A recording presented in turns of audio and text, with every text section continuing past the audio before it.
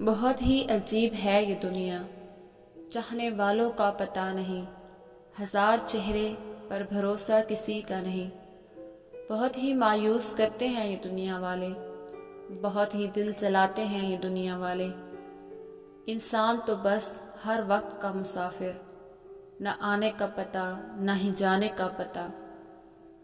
दो घड़ी भी सुख का सांस ले क्या पता।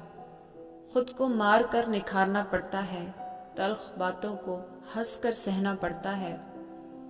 बहुत ही गुस्सा आता है दुनिया वालों पर, सब कुछ चुपचाप ही सहना पड़ता है। कोई भी ना खाए मजबूरी की मार, कोई भी ना खाए मजबूरी की मार। दिल पर पत्थर रख कर सब सहना पड़ता है।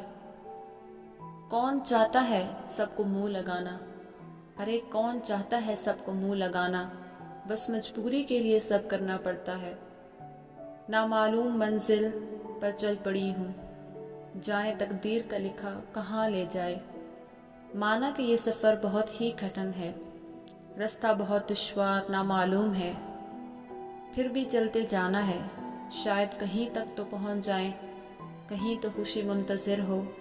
इस आस पर हर दिन जीना है, कुछ करके दिखाने का जुनून रखना है। बहुत ही अजीब है ये दुनिया, कुछ पता नहीं फिर भी चलते जाना है। बहुत ही अजीब है ये दुनिया, कुछ पता नहीं फिर भी चलते जाना है।